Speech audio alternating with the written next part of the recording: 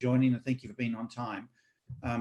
We always start these meetings, for those of you who are new, what we're all about with ID is helping people understand the essence of who they are, their innate self, and then being true to that. It's one thing to understand it. It's another to actually be true to it. And as I said to our recent certification class, it's actually one thing to understand it. It's another to accept it.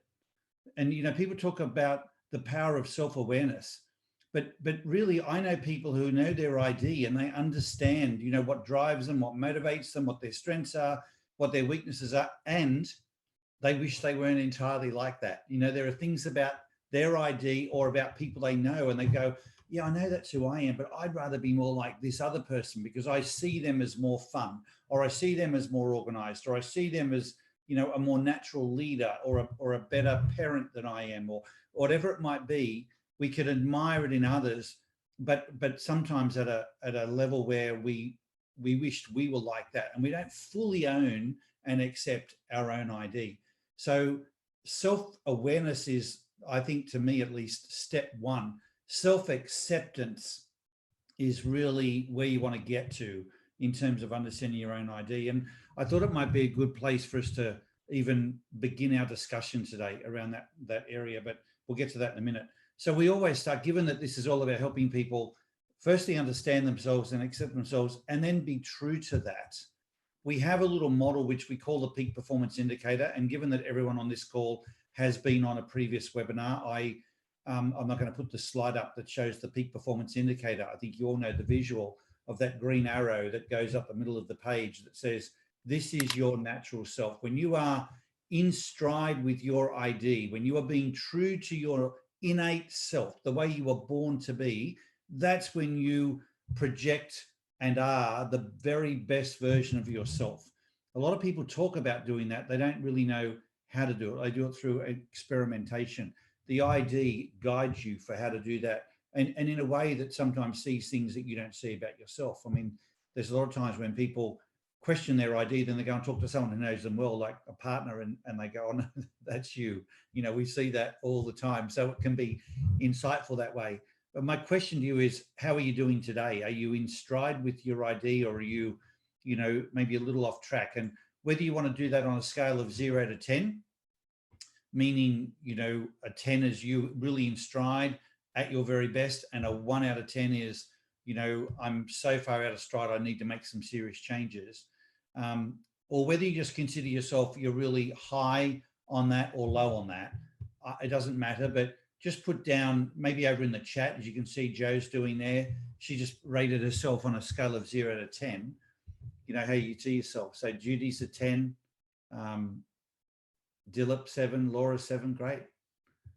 Susan an 8. Catherine, you're being very consistent. That's really great to see. Alex a 5, Greg's all good. Gail 10, good on you, Gail. And I'd say for myself, I'd say I'm a 9 today. So I never, my big compromise for these webinars is I typically don't work out on a Thursday morning before I start the webinar, and it really does affect, what I know to be my best self. So, but all is good, and I feel great, and it's always energizing for me to be on these webinars and see all you guys, and learn whatever we can learn as well. So they're pretty good scores. There's some nice scores there. I mean, some 10s. Judy, you've been very consistent at a 10 now for quite a few weeks. Joe, you're up there. That's probably the highest I've seen you, I think. So life must be good in the Hanlon world today. Alex, you put down your 5. Maybe would you like to share what's behind that score for you, or that number? Yeah, I just have no idea what I'm doing yet. So I figured 5's right in the middle. Like, I'm brand new. I know I resonate with the ID, and I was on last week in my car, so I didn't get to listen as much as I would have liked. But after hearing what people were saying, I had used some of those ideas, and they worked. So I'm just getting started. So 5 was like I was going to put a 2, and I'm like, okay, I won't go that low. I went with 5. That's good. Thank you. Does anyone else want to share anything about their answer? Wow, John, you got a 10 or more even. That's pretty interesting. Paul, what would be interesting for me, particularly since I make a living out of helping people, grow and learn and change, is what criteria people are using to come up with their number. And that story of what the number came from is more important to me than the number, in the sense of what their reference points. Like Alex might tell her story and they go, dude, shit, I'd be giving that an 8 if I had your problems, kind of a thing, Right. So I know that's the sort of starting point for this, but Yeah. I really am fascinated by how people come to their conclusions. Yeah.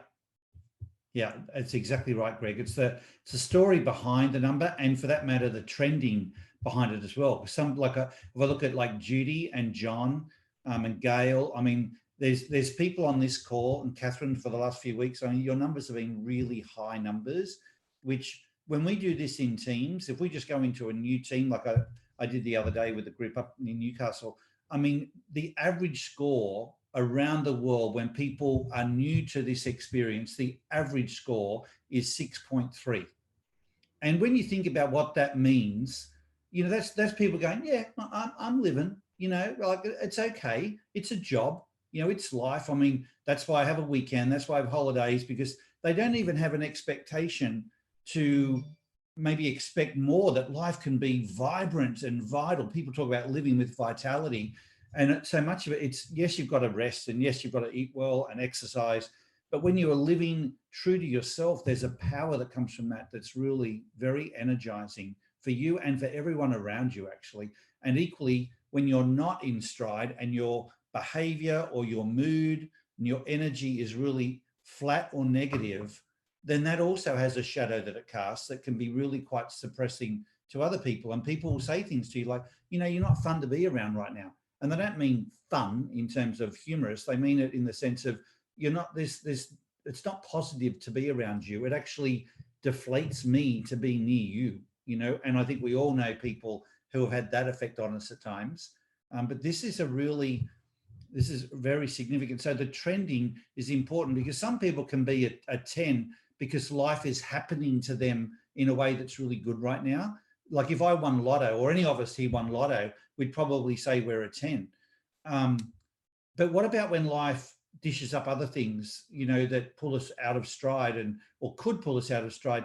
The people who show a consistently high score, it's because they've got a level of self-awareness and what I call self-governance. Like they know how to regulate their life so that they can manage whatever life dishes up, but from a place of being in stride. And so it's, to Greg's point, it's great to know the story behind the number, and then also to observe the trending, because when you see someone regularly down or regularly up, that's an interesting discussion as well, for those of you who Can I offer something here, Paul? Scale. Yesterday, if you'd asked me the same question, and I am seldom below 10, I'd probably have said 6. The reason being, I had to chair a very difficult body corporate meeting, and there are 2 people there, and I believe there would be conflict, and I hate conflict. I went to my acupuncturist early in the morning, and he read my pulses, for those of you who do acupuncture, and he said, "Why are you apprehensive?" So I told him, and he said, "So what is behind you being apprehensive?" And I thought for a second, and I said, "Because I won't make a good impression and people won't like me." And he said, "So what does it matter?" And I said, "Now you mention it, it bloody doesn't matter at all. We have an issue to resolve and we better get on with it." And so I went, by that time I was back at 10, because I'm nearly always 10. Things tend not to get me down with my ID. And the meeting was easy. One of the difficult people decided not to turn up and send his PA along. So that solved that problem. And the other one, because he just sold one of his units in the body corporate, he was on top of the world anyway. All we had to do was satisfy him to get this major work and the extra special levy sorted out. And it was easy. And I just thought to myself, how ridiculous that caused me to pull me right down. Someone spoke to me, offered me 3 words, and I'm right back up again. So I just thought that, Greg, in your thing, it's so easy to be pulled off course by something that is not even relevant almost. And then suddenly, for me anyway, you get back. Thanks, Gail. For what it's worth, Gail, you had me at body corporate. Body corporate is a phrase that I think would instantly pull most people off track. I'm wondering if I can share. For me, as high improvise 3429, I think it is, isn't it, Greg? Yep. Paul? When I first did my ID assessment, it was invalid. And you said, do it again. And this time, do it as you. Yep. And I did. It was a very long time ago. And I was shocked and said, but that's naughty. Yeah. And you said, I've never forgotten this conversation. No, it's you, and it's your gift, and it's how you are. And the battle with self-criticism and the judgment of others has never really stopped. I will say that in the last possibly 4 or 5 years, I hardly hear it, Right. but it's still there.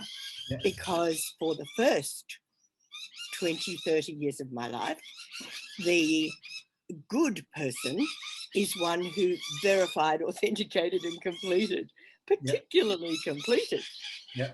And there was I who didn't want to do very much of that, but was a full-on creative. And knowing it gave me permission to be me. And it's still been a very long journey of continual reminder. Absolutely. But that's who you are. And, I've learned all the strategies around helping others to deal with me when I'm in full flight, and continue to learn that and teach it. Yeah. But that battle with self-criticism for whatever reason, or the judgment of others, to me has been really the lifelong journey. And it's probably why I've focused on leadership for all of this time. Excuse me. So now I'm at peace with who I am. And occasionally I need to finish things. So I've learned how to do that, to make it fun, to play dares, to do deadlines and rewards. I've learned how to do that. So I lead a relatively, a rich life with others.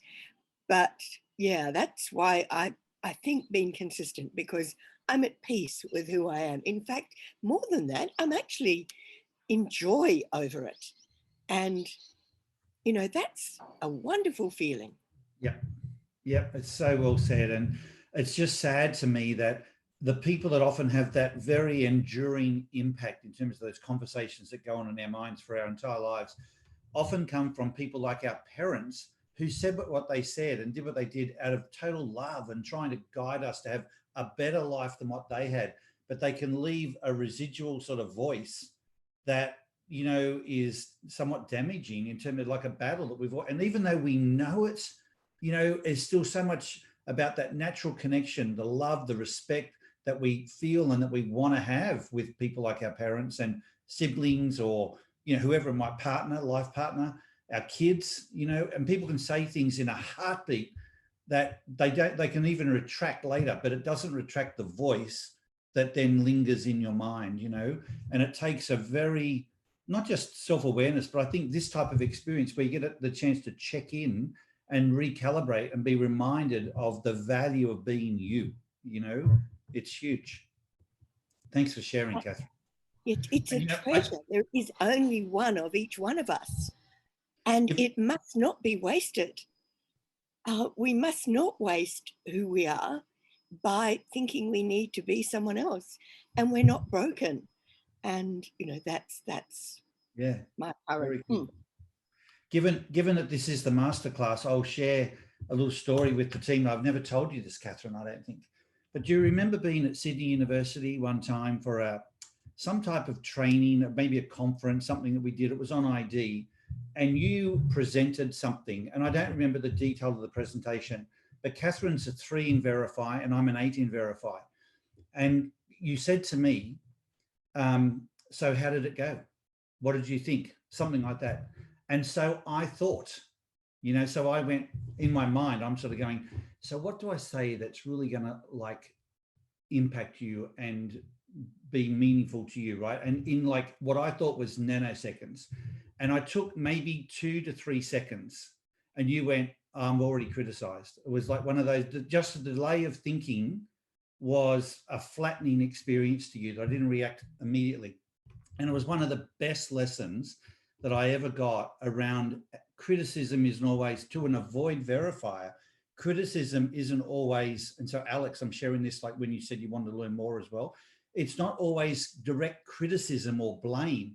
To an avoid verifier, even just the delay of someone thinking about what they're going to share and not giving like an immediate type reaction, especially when you're an improviser combined with the avoid verify, that is a really, the effect is like criticism, you know, it can be really flattening. And I've shared that story, Catherine, many times over, you know, of that experience you and I had in like a heartbeat. So I thought you might like to know, when you talk about impact, there's times you impact and there's times you don't even know you're impacting like them. Paul, can I just say something about that? I think it's really interesting, especially to people like me who have that avoid verify high, the authenticate and then the high improvise. And I mean, because for me, I often pause and stop and think about what I'm going to say, obviously very intentionally, because I want to make sure that I'm using the right language. So for people who are stopping, thinking and being intentional, combined with somebody like with Catherine's, because that balances out, I guess, my 8, but somebody with that use improvise, which I've got as their strongest drive, which I actually have quite a number of. That's really an interesting observation. I'm doing a debrief today with somebody who's 5'4", 3'9", I think, from memory. And so, you know, it's going to be really interesting. And she is very, very hard on herself. So that's a really interesting observation. She knows me well, so she knows that I stop and think about what I'm saying. But, yes, but it's not just the act of stopping and thinking. I mean, the whole totality of it is, like, I also have a persona, you know, like I have a, Catherine knew me. She knew what style of person I was. So people know that I'm a verifier, you know, they know that I'm going, and I'm the founder of the system. So they put a different emphasis on what I might say. So all of that is like onion skins of what's behind how people react. Whereas like I admire people, and someone just said it about, oh yeah, it's Patricia on the call here, no, one of our team members. She said, wow, she got feedback the other day and she's 3'7", I think it's 3'7" as well, like Alex. And she said, this person said to her that she was coaching, you've got the gift of being able to give really solid feedback, but in a way where I don't feel, I don't shrink as a result of your feedback. That is not my gift. You know, I'm good with giving feedback, but it's not my gift to leave people always feeling better. And I know I can make a really positive difference in people's lives, but there is a persona, like a perception that comes from people who know me to know, well, you know, they don't know what's going to come out of my mouth. And whereas for like Patricia and probably you, Joe, they would just know that it's always lovely. Like it's always, it's almost impossible for an avoid verify person to shrink someone else with their words and criticism. It's just not who you are. And that's unfortunately not my, that's not my gift. So can I ask also, just out of interest about that, Paul, you've got a 1 in authenticate. So for you to actually stop and think about that stuff, is that, I guess that would be quite unusual for you, because you would, or for somebody with a low authenticate, or not necessarily? It's so what happens for me is when someone says, like Catherine says, so what do you think? Or they want feedback. I'm like, well, everyone would say to her, well, that was amazing. Well, that was really impactful. You know, like this, it's easy to say that. I don't want to do what's easy. I want to give them something that's deep and meaningful. And one of those sentences or words or phrases that might be a tipping point for them and change their life, you know? So sometimes that's already in my mind, like it's either immediate or I've been thinking about it while they've been talking. And sometimes I need just a few nanoseconds to think that through, you know? And even what really happens is I just think to myself, be present. What comes into my head now? Say that. But that just took like 2 seconds, you know? And just that delay is enough for a 3429 to go, oh, I've moved on. You know, it was wonderful feedback, not only for me at a personal level, but, you know, to understand how criticism is a much broader thing or the, you know, than just the words you might use with someone, depending on what their ID is. So it's one thing to learn about your own ID. It's another to learn about how your ID then lands or impacts on other people, let alone is perceived by them on a broader basis. So Catherine, does that mean that no matter what he said after your nanosecond of, oh my God, here comes the bomb, even what he said after that didn't dispel that feeling that you were going to be criticized? Was the deed already done? No matter what he said, you couldn't hear it? No, it doesn't. It didn't, because I knew and trusted Paul. And I put in the chat box, he's a truth teller. And I knew that. But if I hadn't known that, then I might have disregarded. But also, as Paul just said, it's like, for me, there are three things, Paul. There's what I think of myself. There's what I think you think of me in conversation. And what I kind of know is in there, but it's not okay. You know, it's like, particularly if you've been brought up with critical parents, right. Or a critical world because you're different, you don't fit. And being a high achiever doesn't fit unless you're on the sports field when you're a child, or certainly in my era. So there's a lot of external and internal impact. Right. And at particular stages in your life, and I know, Paul, that was probably then when my speaking business was just beginning to get off the ground, when you're really searching for external feedback to know whether or not you fit in that environment, that might have been more amplified than it would be now, certainly, or even 10 years later. Yeah. Does that make sense? Yep. Well, and it just occurred to me that, you know, one of the gifts of someone with your ID, so I'm saying like a down, down, down, up. So Gail is like this. There are Glyn, sorry, you're like this, you know, but it's a lot of people with that ID have said to me, you know, I always have an impact, but it's not always the impact that I was hired to have or the one I thought I was going to have, or, you know, yeah, along those lines. So there's this guy in Queensland one time hired as a general manager. And they said, well, you haven't achieved what we hired you to achieve. He said, yes, but the business has grown and this has happened and something else has happened. And they actually got rid of him because he didn't deliver on what he was hired to deliver. And once he left, they could then see the size of the hole. And when I spoke to him afterwards, he said, you know, it's something that bugged the crap out of me the whole of my life, is that I know I'm having impact. I struggle to articulate it. And it's not often until after the fact, when I'm no longer there and the whole becomes more apparent, that others realize and can play back to me the impact I really had. And like in that example of Catherine and myself just then, really the person who got the feedback, even though you asked for it, the person who got the feedback really was me, you know? And so whereas when a verifier asks and does things, there's a real accountability about, you know, making sure all that happens. I mean, an avoid verify maybe just puts it out there and you ask me a question, but maybe the person is going to benefit from this as you. We'll just put it out there. And I think it's trusting that if your ID is all about impact and light and growth, it doesn't say who that's going to be, whether it's you or others. It just is going to happen. If you're in stride, that's what happens. And that's what happened to me on that day. And you've just helped me understand. I had a client a couple of years ago, an accounting firm, and I've worked with the big ones and many small ones, and are normally extremely comfortable in the environment. But this was a nightmare. This was a very small firm on the Gold Coast, and I dreaded turning up. And one of the partners who had brought me in was always happy, but the others were not. And I knew it, and I didn't know why, because we were all saying the right things, but I knew that they weren't happy. And I've just got it. I'm going, of course, we didn't have that conversation. And it could have best been done during onboarding, and it wasn't. So thank you. You've just clarified that. Oh, I can let them go.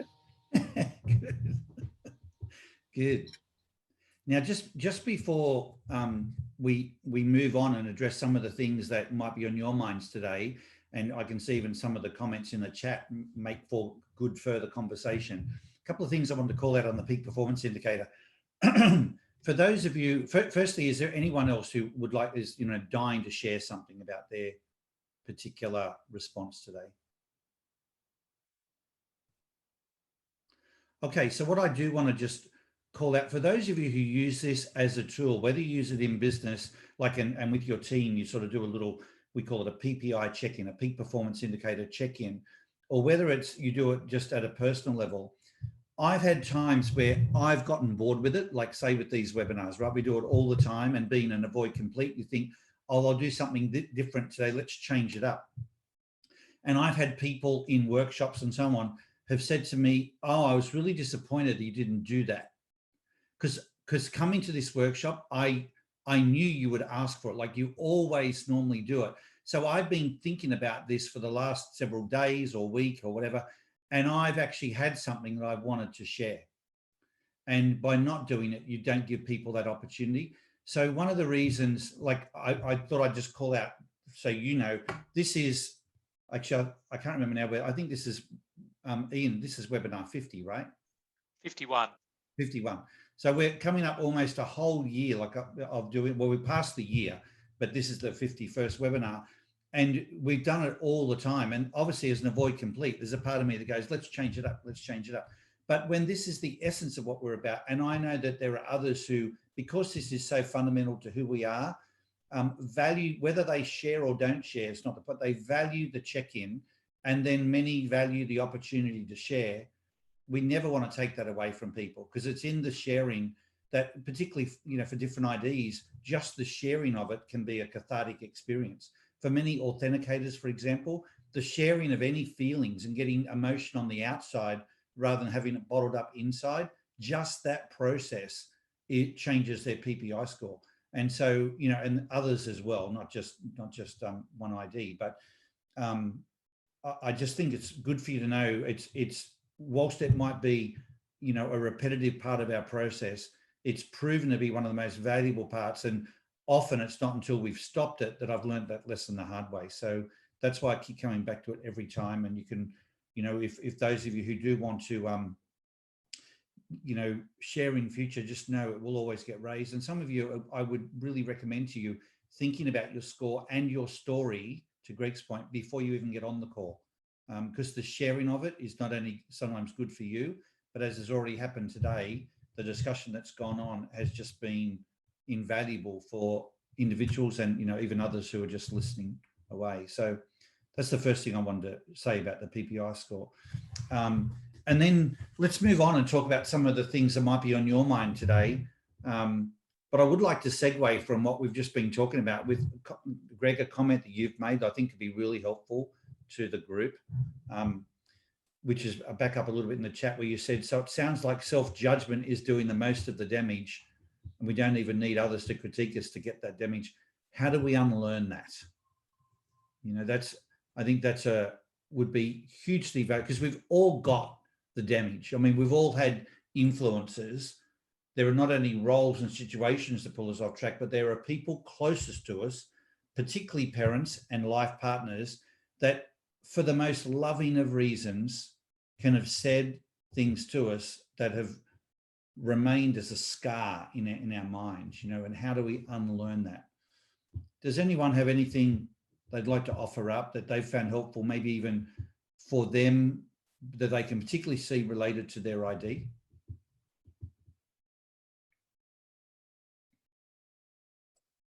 Yeah, Paul, I just responded to Greg's comment in the chat there. I mean, I think I've said it previously in this group, I'm probably my harshest critic and by a long, long way. And I think I've even said it previously, I've even had sleepless nights just beating myself up over something that didn't go to plan, or an impact that I've had on people, or even just on myself. And I've had to, as I said there, you know, the word gratitude gets tossed around more often than not these days with self-help, but it truly has been the difference for me around being able to forgive myself.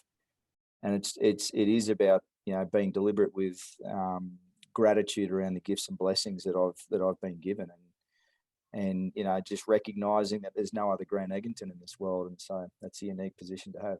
And, Yeah. and I've had to practice that daily. Yeah, good on you. Well, and you have, and you've experienced the benefits of that, Grant. Well done. Yep. You know. Yep.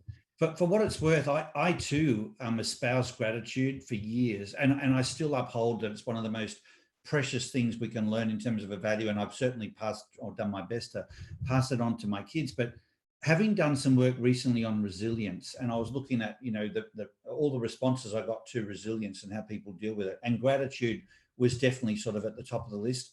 I'd like to think I found something beyond that was even more powerful for me, and someone who'd also been practicing gratitude. And that was this concept that life is actually perfect, you know, because gratitude and accepting that. So acceptance is really the key. I put acceptance a little higher than gratitude, but it comes from a place of saying the only reason I was disappointed or even needing to look for gratitude is because I saw something imperfect about what happened. So because it was imperfect, I'll look for the positives, but it was already perfect. It was me that wasn't looking at it the right way, you know? So I found that acceptance and sort of bedded within that phrase of life is perfect. It's up to us to find the perfection and accept it as perfection and let go of what we had attached to it beforehand. That has been a liberating way of dealing with whatever is thrown up in my life. Paul, could I just change that up just an iota even more? Please. Many years ago, I attended a course, and they actually talked about the difference between acceptance and choice. So, which really resonated with me, because acceptance is almost a passive action, is how they put it, but choice is a very active action. And basically, by actually choosing what happens to you, and is actually an active way of that acceptance, and it actually gives you a feeling of even more resilience and power, if you want to use that word, over what's going on. And I guess I've always had a belief that we've all got lessons to learn in this life. So and another one for me is life is unfolding as it should. So the things that happen to us are all meant to assist us to unlearn and to learn that lesson in life, and to choose what's happening to us as an active way of doing that. So you know, that's how I look at things too. So. Thanks, Joe. To me, there's one issue with this perfect, and I do view life as being exactly the way it needs to be. In my view, it's not perfect. It's damn hard. It's work. It's screwed up to the nth degree a lot of ways, but we're here and it's just the way it is. And and acceptance is one of them. The other one is it's gorgeous. So there are lots of positive. Perfect, I don't know if I'd go that far. Maybe it's a different word. Sorry, Jose, where you go? Thank you, John. There was a question that I had before you spoke, and you've answered it, even though it didn't really make sense. And that was that if life is perfect, why is it we're working so hard to make things better and improve? And why are we always trying to go forward? And you've answered that question for me, John. Thank you so much. It's that it is the way it should be, and we can make it better by being here. So thanks, John. My wife's German, and she says that a lot. Oh, that's perfect when something's finished, or when it's we're doing something.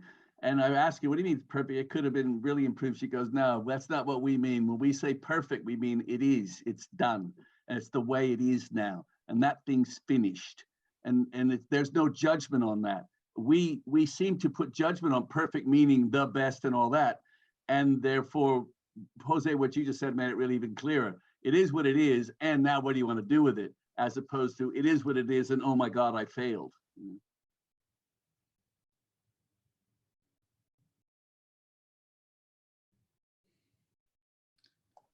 So clear now in my mind. So good. Good. One of the things I thought might be useful today in the time we've got left is to talk about the whole ID. We so often talk about instinct by instinct, you know, and we do that to keep it sort of, to break it down. Like anytime you're going to learn something, most teachers break it down. And so we break it down into a drive, and then sometimes, you know, the direction of the drive, just to one by one help people understand a component of themselves. But your ID actually works as a totality. So rather than saying someone is an improviser or a completer and so on, or an avoid verifier, whatever the label of the instinct is, in reality, you're a, you know, 7723 or a 2728. Like it's the whole ID that works together. Even when I observe myself, I can sort of go, oh, I can see in that moment, I can see where the 1 played out, the 8 played out, the 7, you know, I can see it all together. And I've even gotten to the point where sometimes there's like a phrase I could use that summed up the whole ID, you know, like in that moment, but it's the whole idea at work. And I didn't know whether some people on the call might have questions about how their whole ID works together, or even whether you've got some IDs, some of your drives that might feel like they're in conflict with each other and so on, or that you would wonder are in conflict, that you could ask other people on the call here, well, how does it work for you? I wouldn't have thought, you know, a completer could also be an improviser. Like, how does that work, you know, or, and so on. So just, I wanted to give you the opportunity to learn about the whole idea if that people got questions in that direction. Oh, could I add something? Sure, sis. Yeah. I had a situation where I saw this altercation occur, and I was questioning last week when you're talking about being in stride, and you know the numbers 8, 9, 10, for instance, and I guess the distinction about how am I using my talents to manage these situations so that I can stay in an 8, 9, or 10. And so I practiced something when this altercation occurred, and I thought, all right, so I'm going to pull up, see like the big picture view, sort of see it from the, you know, the balcony, as they say, walk away, have a think about it, call on my sense of knowing and let it sit. Don't intervene, just let it do what it needs to do in terms of everyone sorting things out. And that's when I saw the use of my drive and staying in the peak performance indicator of being an 8. So yeah, I just wanted to share that with you. Yeah. Thank you. Yeah, because it is, you know, it's, for me, it's been tricky as thinking, okay, well, what's my number? And how am I really staying in stride, even if there is a difficulty or there's a, you know, if things are going well, yes, I get it. But it's more if I have complications or things are going to, you know, in a difficult way, how am I really calling on those talents? So yeah, it was an interesting exercise. Good on you.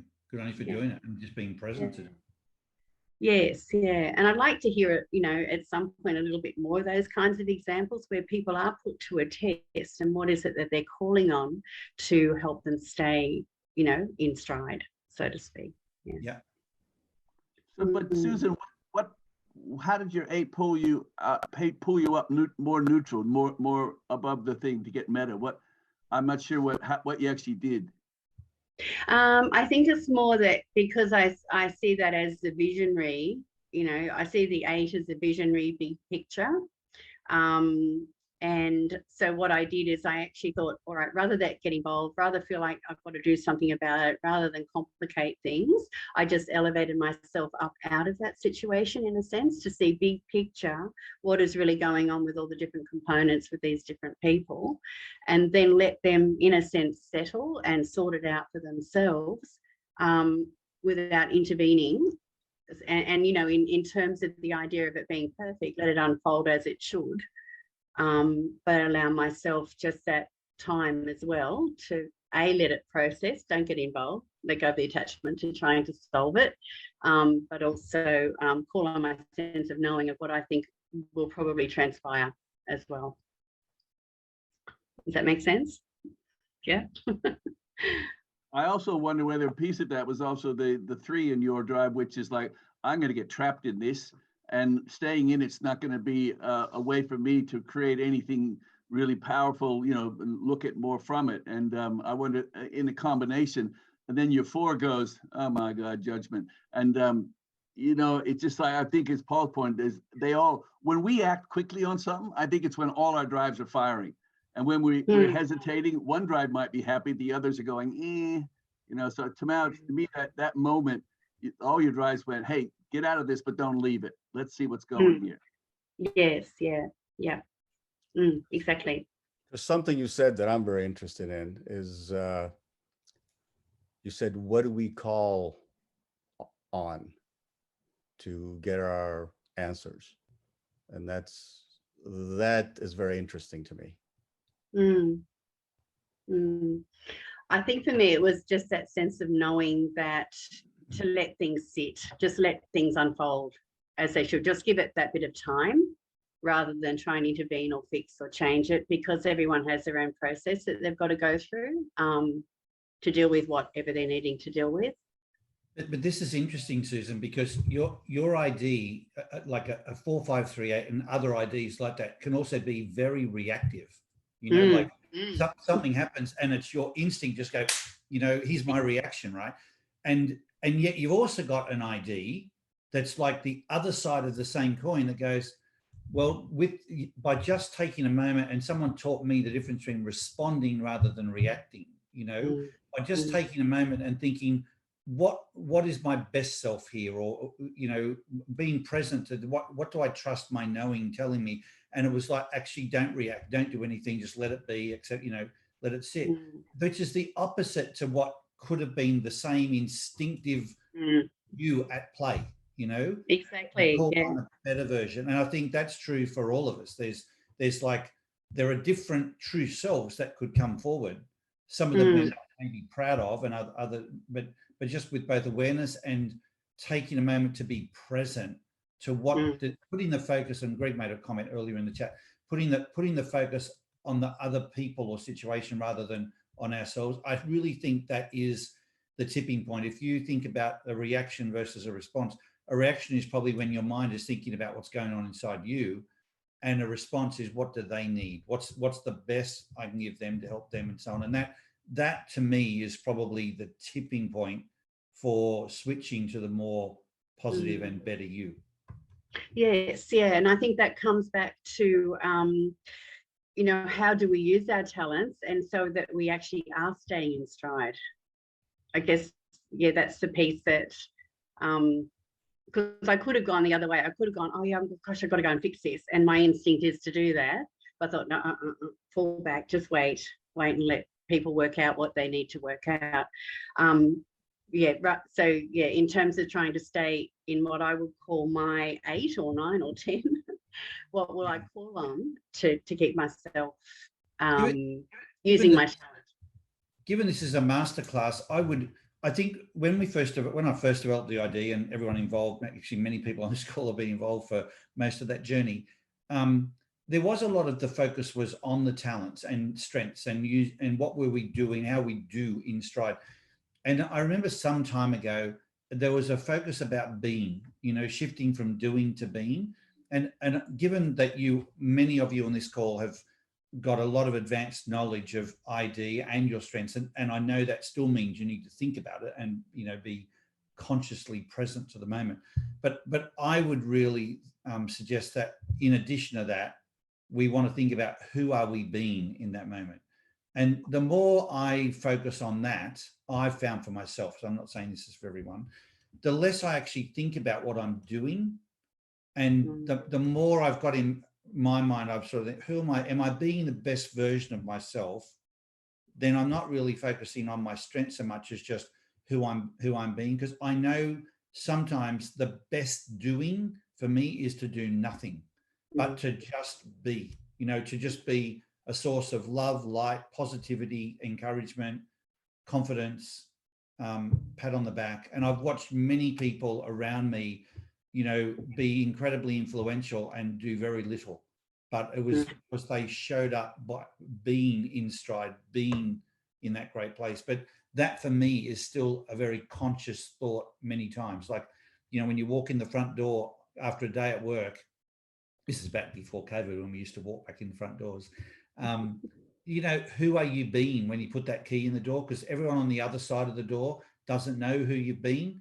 They don't care who you've been. They just want a certain type of human being to come in that door. And you have a choice as to how you show up. And I think that, I mean, it's still a very conscious thing for me to do that many times throughout a day, you know? Yeah. Yeah. Can I just say that's added a really good layer of context for me, because I guess the difference being with the ID being what our talents and our skills and things are. So thank you, Paul and Susan. That discussion has really helped me. I put a comment in there about is that experience and emotional intelligence, and I think that is how can we best utilize who we are, and how do we become better at doing that, is by that being. And how are we being today? That's yeah, it's just giving me a light bulb. Thank you. That's sort of what I heard Susan saying without saying it. You know, whilst you were saying, Susan, about using your strengths, what I sort of was observing was you actually you gave a better version of you, because you actually thought about, who am I being for this group? You know, really the best person I can be right now is just to be accepting and let it sit. So whilst you put that in the context of your strengths and you're calling on certain strengths, I think what gave you the mindset to go there in the first place was the fact that you focused on who you were being for the group as opposed to what you were doing for the group. Yes, yeah. Yeah, definitely. And I think, you know, it is that, like someone said before about the choice, and it is that tipping point. Do I go into a reactive state and jump in and fix it? And, you know, oh gosh, I got it, you know, and I'm very good at staying focused and getting all that sort of thing done, which is one kind of level of talent. Or do I, you know, call on my sense of knowing that, yeah, people do need to do, you know, process and do what they need to do for themselves. It's a fine line. And I think, because I was wrestling before about how do I pick a number, you know, whether I'm you know, in difficulties or everything's going well. So yeah, just really practicing how to use that, so I do stay in stride, like you've suggested before. Yeah. That's been very helpful. Thank you. Well, and for what it's worth, I mean, you can almost see with some people the energy they give off. The energy you're giving off is someone who's pretty in stride. Yes, yeah, true.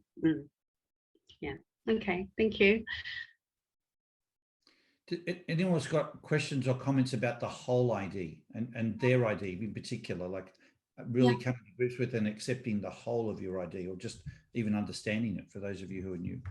Yeah, I've got a question. I've been doing a consulting project which has required me to do quite a high, well, set the parameters for the project, set the vision, which has been great.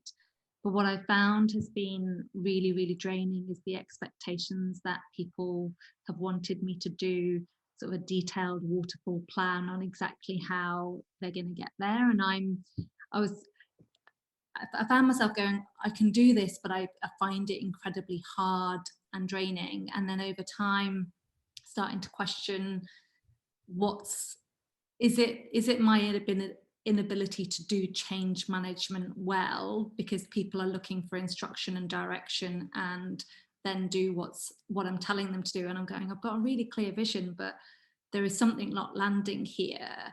And yeah, I've been questioning what it is about my ID that stops me, because when I'm setting a vision and I've got this, my 7 comes out in the really motivating around the improvise, there is something that I feel like I'm missing in my ability to go step by step. Here's what you need to do, and I'm almost relying on someone else that can just get the answer and work it out. So I'm working with a bunch of leaders that are going, well, I don't know how to work it out. Can you tell me the answer? I'm like, oh my God, like, I don't know how to do that at a detailed level. Like, I can see how you're supposed to get there from a high level, but short of spelling out the micro detail, yeah. And those are the moments where I just feel like I'm completely out of stride, and then find myself questioning my own ability to effectively lead change, which I think I can, but when it's moments like these, I'm like, oh God, I must be doing something. Yeah. Of course, in my mind, that's the story I'm telling myself. Well, and isn't it interesting the voices that occur in your mind when you're doing something that's at the visionary level? You don't ask the voices to all be positive and reinforcing and enlightening and so on. They just are, because that's you being really in stride with your instincts. And when you then have to do some of the other follow through work that's just not, we would know, not as true to your ID, all these other voices come in around, oh, I don't know if I can do this, and am I, have I bitten off more than I can chew, and all of these sort of more, constraining, even suffocating voices just happen because there's a true self inside you trying to protect you, saying, this isn't the best version. It's not about can and can't. It's not the best version of you. And what your ID says, because it's so intense with that visionary, improvised side of you, Glenn, it is right that your best contribution in life is always at the front end of things, pretty much, and those of you who've got a strong improvised drive would relate to this. When it comes to the execution pieces, the follow through, the detail, the management, the account, all of that stuff, that's where you shine, is bringing a team in. And so you started to go there when you said, I'm starting to do this with some other people.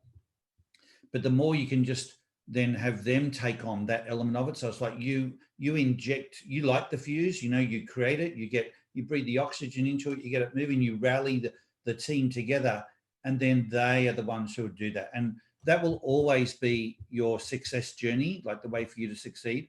So I would suggest, if you can set up the expectations for that right from the beginning, and say to people who want you involved, say, yeah, I'll get involved. And where I'll help you best directly is in the whole vision setting side. Then what we need to do is bring a team in, and I'll help light that team up, and they will do a lot of the detailed, planning and ultimately execution. So knowing that about yourself, then you can create more real expectations, or realistic expectations, for the others around you as well. Yeah, okay. And is that just around that, is that the sense that if I know I can spark and ignite excitement and energy behind it, and I can bring the dots together and go, here's the picture, here's where we're going, and I know that's my strength. Yeah. I guess it's about how to articulate what's occurring for me is, how do I articulate it without it looking like as if we're going, I can't do that, as opposed to that's the best. Because certainly with a lot of consulting projects, there's a sense of, well, you've kickstarted it, but we want to see it through to completion. We want someone to own it and make sure that that's going to happen. I guess I'm thinking about how best to articulate that with the team to say, we'll get to... The funny thing is, it almost is like can't. And I'm only saying that because we're on this class, right? But compared to what other people do who have a natural instinct for it, they will always do it way better than you. And so by comparison, and they will be the verifiers, the authenticators, the completers that will do all of that. And they will do it with a source of energy. Like, whereas to you, you're dragging yourself through it, they'll actually be really enthusiastic about it, love doing it, and do a way better job. So can you do it? Yeah. Will you do it as good as someone else who's naturally wired that way? No. And so to me, it's almost, rather than saying can and can't, think of it as, where's your best contribution? And I often say to people now, you wouldn't want me to do it. Like, I'm not the best at that. You're better off getting someone else. Like, I know where my strengths are, and you wouldn't want me involved long-term. I've had people ask if I'd join an advisory board. And I'm like, I will be the biggest pain in the ass on that advisory board if I'm on there for any more than about 2-3 meetings, I'll get bored and I'll just be a distraction so that I keep myself entertained. So when, you know, just say to people, I'll come and I'll be involved at the front, and I hope I'll give you everything I've got, and I hope you, you know, set it up for a more ongoing, but that won't be where you really want me involved. And I think just having that sense of self-knowledge and then creating that frame. So I think it is like, firstly, accepting, well, that's not where I shine. That's not, it is almost like can't, because I'm not going to be as good as others, but I hope you find them. Can I add in there what I do, Glyn, because I have exactly the same issue, is I just give 6 very vague dot points and then get the other people to say, well, I can do that. I'll flesh that one out. I'll flesh that bit out. And so they've got a very, very vague framework. And then I don't have to pull the framework together. I just simply give them, yeah, well, here, and here. Don't get vague, don't waffle, which is what I'm really good at. And then let them do it themselves. And it works so much better. And Greg's right. I just saw a flash up. Your gift is as a conductor. And that's exactly right. I conduct and I let them do the notes. But I think that they think that I've done it because I've given them just a little framework. And for me, it's about facilitation. It's about, you know, you create the vision and they all agree that's where they're headed. And from then on, whenever anyone says, well, how do we do that? The only response is, great question. How do you do that? And you get them to give the concrete, tangible processes, and you're continually facilitating. But the really important thing is that you don't leave, because if you're not holding the vision and keeping them working in that direction, they'll forget about it. They'll run around in circles in their own little worries. So you have to be there continually carrying them forward, but getting them to solve their how problems.